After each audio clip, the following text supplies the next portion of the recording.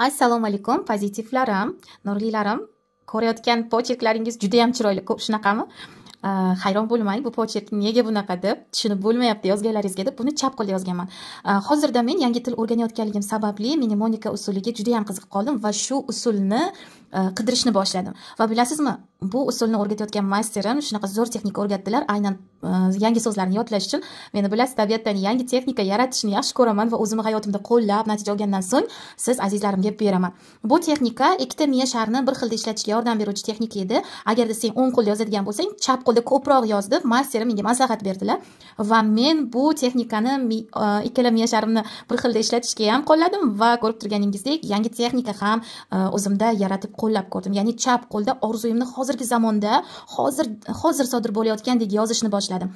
Va har doim bilasiz, men 108 texnikasini qo'llayman hayotimda. Ya'ni qanaqa texnika bajarsam ham 108 marotaba yozaman.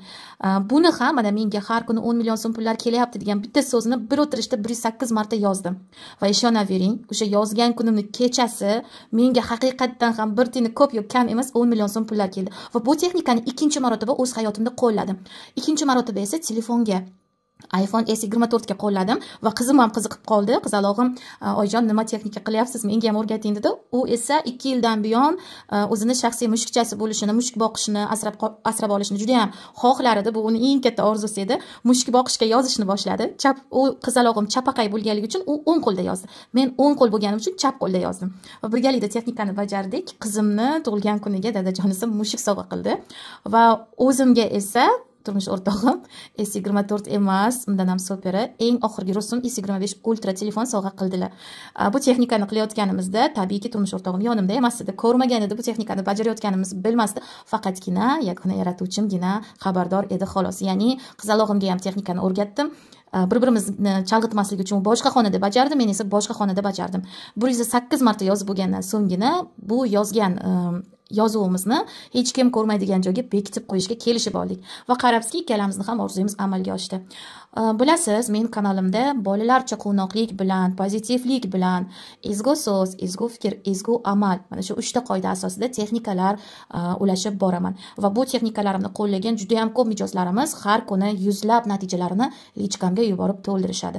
Bu texnikani siz ham qo'llab ko'ring va qoidani oxirgi marotaba eslatib o'taman. Sizga kerak bo'lgan, orzu qilgan yoki maqsad qo'ygan narsangizni xuddi erishgandek hozirgi zamonda yozasiz. Misol uchun eslatib, mana men yozganim, menga har kuni 10 million so'm pullar kelyapti. Siz bu yerga meni hayotimga qanaqadir rusumdagi mashinani yozasiz, shunaqa mashina kirib kelyapti deb yozsangiz ham bo'ladi. Meni hayotimga Kia K9 avtomashinasi kirib kelyapti. Oxirgi minnatdorman deb qo'shib qo'ysangiz ham bo'ladi. Xohlagan orzuyingizga, farzand ko'rishni reja qilayotganlar bo'lsa, farzand ko'rishga ham yozsangiz bo'ladi. Uy olish reja qilayotganlar bo'lsa, uy olishga, daromadini kengaytirish, oylik maosh oshishiga, hozir misol qanaqadir imtihonlarga tayyorlanayotgan bo'lishingiz mumkin. Imtihonlardan o'tib qanaqadir mavqega erishishni ko'zlayotgan bo'lishingiz mumkin. Xohlagan maqsadingizga so'zlarni hozirgi zamonda yozishingiz kerak bo'ladi. Hozirgi zamonda deganim hozir sodir bo'layotgandek, hozir hayotingizda amalga oshayotgandek yozasiz. Va eslatib o'taman, 108 qoidasi asosida bir o'tirishda oldingizga tirik suv qo'yib, bir stakanda suv qo'yib, ovozingizni chiqargan holatda chap qo'lda yozasiz. Chap qo'lda menga har kuni 10 million so'm pul kelyapti, menga har kuni 10 million so'm pul kelyapti. Mana xuddi shunaqa chap qo'lda yozganman azizlarim. Bundan ham ko'p texnikalarimiz bizning Telegram kanalimizda mavjud. Telegram kanalimiz linki esa opisaniyada qoldirilgan. Agar linkini topa olmasangiz, direktdan orzu so'zini yozib qoldiring.